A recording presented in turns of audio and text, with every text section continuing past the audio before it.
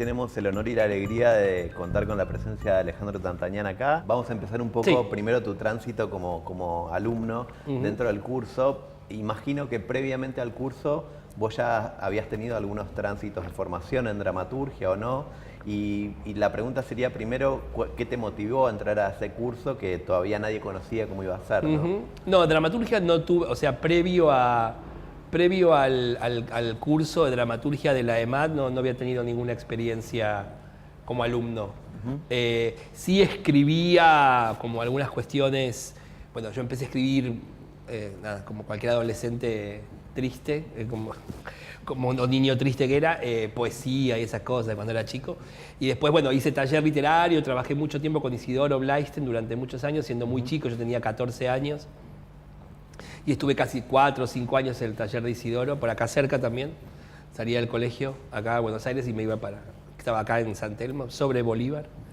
Pero nunca había tenido experiencia de tomar un curso de escritura. Después del curso de dramaturgia de la EMAD, sí estudié, gané una beca de perfeccionamiento en Antorchas y trabajé junto a Ricardo Monti durante 2 años una obra que después estrené, que terminó llamándose Un cuento alemán, que tuvo diferentes formas. De hecho, nació en el curso de dramaturgia, creo que en el finales del primer año, como una especie de obra corta, medio rara, y que después fue derivando en eso, seguí escribiéndola. Terminó el curso en el 94 y ahí gané la beca y me puse a estudiar con Ricardo. En realidad lo que me acercó me parecía que era algo que en principio era nuevo en el panorama, digamos, no era tan común que hubiese espacios de escritura, si bien obviamente había maestros. De hecho Ricardo fue el maestro de Mauricio, o sea que no es que no existía, pero digamos en mi generación era algo que uno iba haciendo de alguna forma de manera de una forma de una manera autodidacta. Y me parecía que estaba bueno, digamos, tener un grupo, sobre todo pensar en un grupo de pertenencia. Siempre eso es lo que yo rescato, sobre todo en los cursos más masivos, digamos, ¿no? Claro. En el caso de Ricardo eran clases individuales.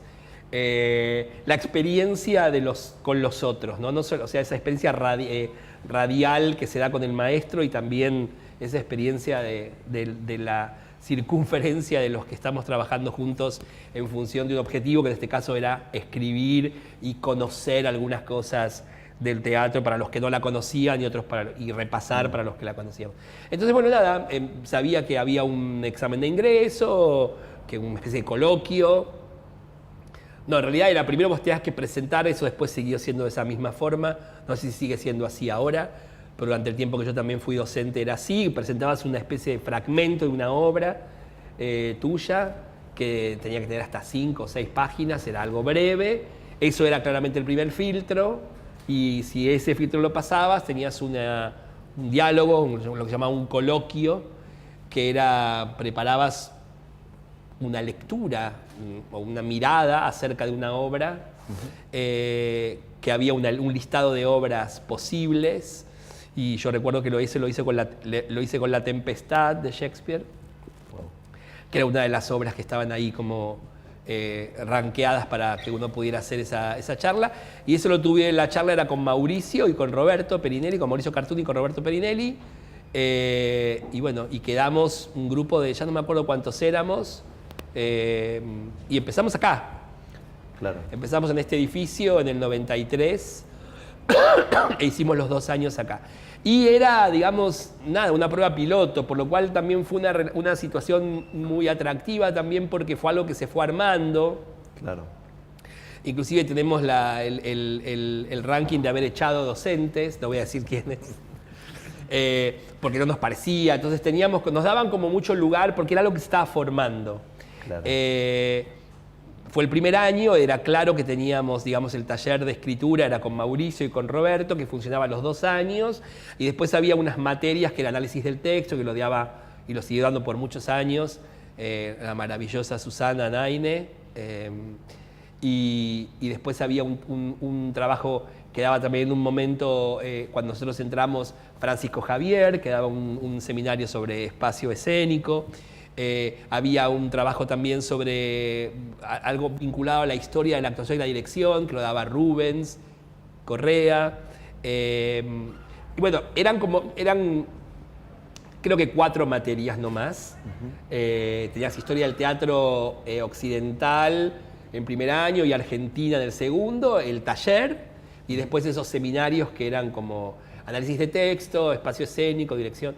Y eso formaba una carga horaria tranqui que siguió manteniéndose, que eran creo que 3 horas reloj, o 4 horas reloj creo, 2 veces por semana. Claro. Y bueno, y fue muy importante, para mí fue muy importante lo que pasó ahí en el grupo.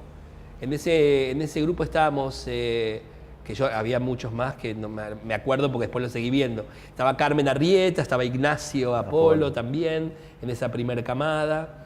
Y bueno, también lo que surgió a partir de eso fue que terminamos en el 94, y en el 95 se hizo esta especie de llamado desde el Teatro San Martín para escribir para lo que iba a ser la comedia juvenil, que finalmente no terminó, que se constituyó, pero no terminó haciéndose el proyecto que estaba previsto, que era que habían nombrado a 8 autores jóvenes para que escribamos obras jóvenes para actores jóvenes, lo cual era una especie de pleonasmo imposible de llevar adelante. Y eso fue lo que nos terminaron echando a los 8, y ahí surgió el Carajají. Claro. Y en realidad uno de los que tiró algunos nombres en el teatro, que estaba trabajando en ese momento en el Teatro San Martín, cuando estaba Juan Carlos Gené de director, era Roberto Perinelli, y estoy seguro que los nombres de Carmen, de Ignacio y mío surgieron de Roberto por la experiencia de haber pasado ya los 2 años en el curso de dramaturgia. O sea que fue una suerte de encadenamiento de situaciones. El Carajají se transformó en una especie de estallido de 2 años, porque fue algo que nos pasó a esos 8 que habíamos sido convocados por el teatro para escribir esas obras, en donde estaban, bueno, Rafael Spregelburg, Javier Dolte, el propio Ignacio Apolo, Carmen Arrieta, Alejandro Sigman, Jorge Leyes, Alejandro Robino y yo, éramos esos 8. Y fue una experiencia, digamos, muy, muy enriquecedora para mí en el terreno de no tanto de lo formativo, yo creo que fue algo ahí como más como de empezar a compartir algo inclusive generacionalmente, y de encontrar zonas de una enorme diversidad, que en ese momento era algo bastante poco común, digamos. O sea, se venía de un teatro muy como aglutinado en términos de, bueno, quién era el enemigo, quién no era el enemigo, ¿no? Se escribía contra la dictadura, y no sé, o contra los militares, o contra el capital, ¿no? Y nuestra generación aparece después de una generación ausente, que es la de los desaparecidos, que es literalmente la de nuestros padres, con una voluntad discursiva muy, muy por ahí solipsista, si querés, o como quieras llamarlo, pero con poéticas muy personales, propias, digamos, no comunes.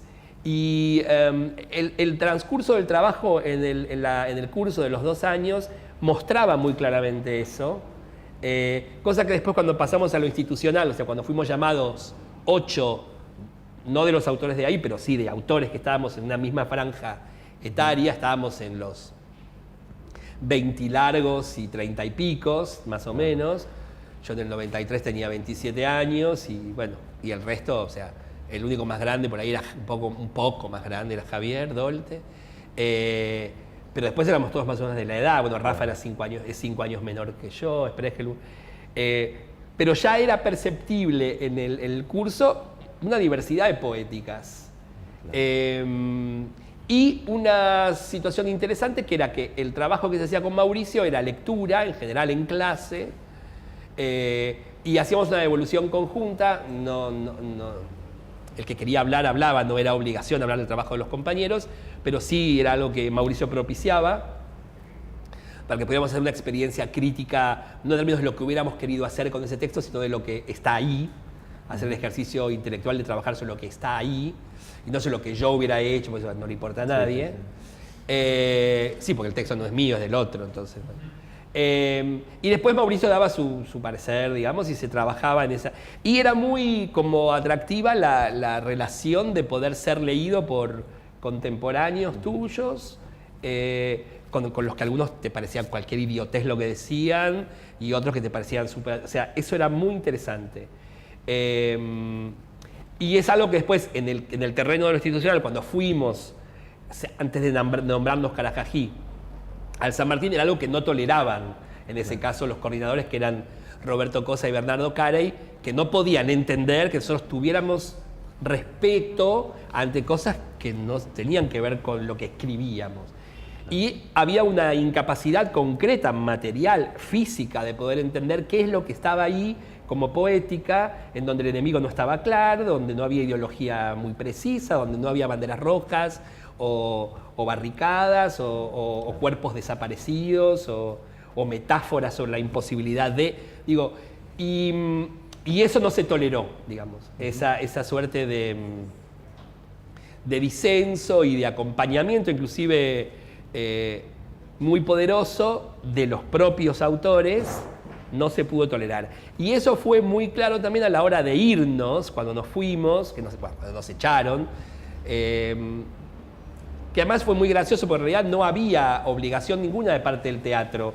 Podíamos escribir esos 8 textos, la idea era acompañar el proceso de escritura, y si no estaban interesados en programar ninguno, no había obligación. Por lo cual, en realidad, hicieron una especie de aborto de algo antes de que... O sea, estaban hartos, en realidad, pasaba eso. Claro. Porque éramos un poco pesados, hay que decirlo también. Digamos, teníamos como unas ideas un poco, ¿no? Bastante... Y cuando empezaron a broquelarse en contra de todos, era como, vamos. Y eso fue tan importante, la circulación, como de esa circulación más horizontal sobre el saber respecto de la escritura, que fue lo que nos propulsó a seguir con las reuniones en el mismo horario que lo hacíamos en el San Martín, pero alojándonos en el Pairó. En ese momento Javier formaba parte del equipo Pairó, y Jaime Coban, que todavía estaba en acción y trabajando, nos cedió súper gentilmente el sótano del Pairó, y nos fuimos en el mismo horario que íbamos al San Martín, que trabajábamos en el 8º piso en una sala de ensayo, nos íbamos al Pairó. Y bueno, y ahí nació el Carajají, se acercó a nosotros Darío Lo Pérfido en ese momento, que dirigía el Rojas, que en ese momento, supo leer bien, porque no tendría dañadas las fosas nasales como las tuvo más tarde, digamos.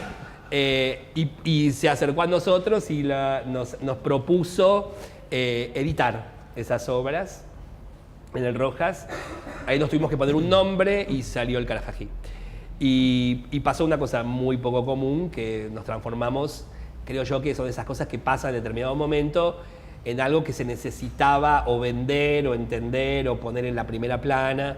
Me acuerdo que salió una nota en el viejo suplemento de Cultura de Nación, que era como llegar, no sé, escrita por Ernesto Yo, que era como el descubridor de talentos de Nacha Guevara para acá, que nos puso en una nota en tapa sobre la nueva generación de autores, y obviamente todos nuestros colegas y amigos salieron a asesinarnos, porque éramos 8 y éramos como 100, no éramos 8. Claro.